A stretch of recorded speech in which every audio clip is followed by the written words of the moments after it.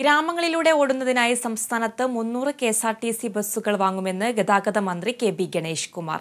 എല്ലാ പഞ്ചായത്ത് റോഡുകളിലും കെഎസ്ആർടിസി ബസ്സുകൾ ഓടിക്കും. സംസ്ഥാനത്ത് ബസ്സുകൾക്ക് വലിച്ചുവാരി റൂട്ട് പെർമിറ്റ് നൽകുന്നത് ഒഴിവാക്കാനും തീരുമാനം.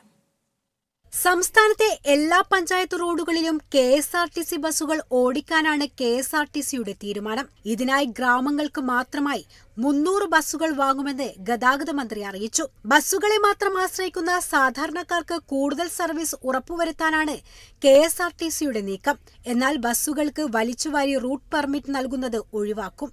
ഇതിനായി എംഎൽഎമാർക്ക് കത്ത് നൽകിയിട്ടുണ്ട്. വേഗപ്പൂട്ട് വിച്ഛേദിച്ച് വാഹനമോടിക്കുന്നവർക്കെതിരെ കർശന നടപടിയുണ്ടാകും.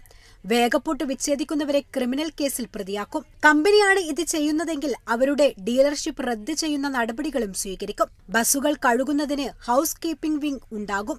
ഇവർ ബസിന്റെ വൃത്തി പരിശോധിക്കും. ബസ്സുകൾ കഴുകുന്നതിന് പവർഫുൾ കംപ്രസർ വാങ്ങിയിട്ടുണ്ടെന്നും ഗതാഗത മന്ത്രി അറിയിച്ചു. പുതിയ നടപടികളിലൂടെ കെഎസ്ആർടിസിയെ കൂടുതൽ മെച്ചപ്പെടുത്താനുള്ള നീക്കമാണ് ഗതാഗത വകുപ്പ് മുന്നോട്ട് വയ്ക്കുന്നത്. Kerala vision news, Thiruvananthapuram.